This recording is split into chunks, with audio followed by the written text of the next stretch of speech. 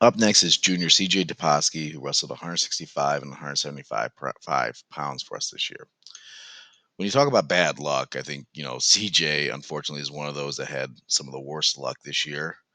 Not in terms of like injuries or anything like that, but he was smack dab, stuck between three of our best wrestlers in weight classes.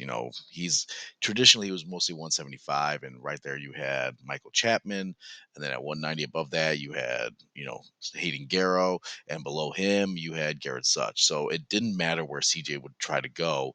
He was stuck, and even if he was even talking about at one point dropping all the way to 157, well, he still had Tony Governal there. Almost any other team you put CJ on, he's a starter. Unfortunately, this year he had all some of our best seniors all around him.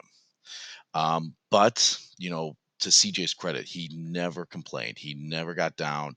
He never made excuses. He never, basically pouted or complained. He was the ultimate team player, and we got CJ in there as much as we could. Unfortunately, some of the tournaments we went to didn't allow for extras to be put in. Also, it's tough to get him in dual meets when you had also all three of those guys were vying for 100 career wins, so they didn't want to lose out on any matches. So it was really tough to get CJ matches this year. He still picked up 13 wins, and he still had a winning record this year. I mean, he was a very improved wrestler from last year.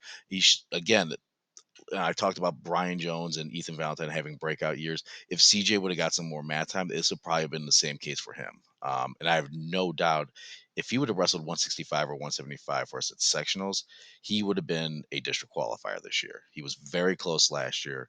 I think this year he would have definitely made it through and made it to districts. For the season, CJ did have 13 wins, 8 by pin, 18 takedowns, 8 total near falls, 7 reversals, and 12 escapes.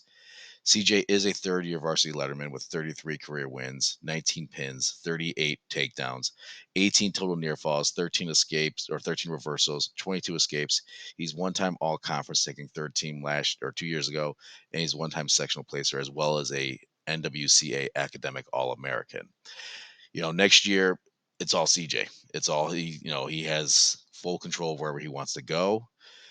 I'm so looking forward to CJ getting out there and just taking care of business because we see what he does in the wrestling room. We see how good of a wrestler he is. It's just this year he had that bad luck of having all those guys around him.